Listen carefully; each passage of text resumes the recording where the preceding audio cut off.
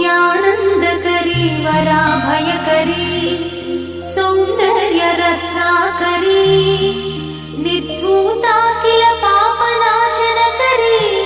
प्रत्यक्ष माहेश्वरी प्राणेयाचलवंशपावनकरी काशीपुराधीश्वरी भिक्षां देहि कृपा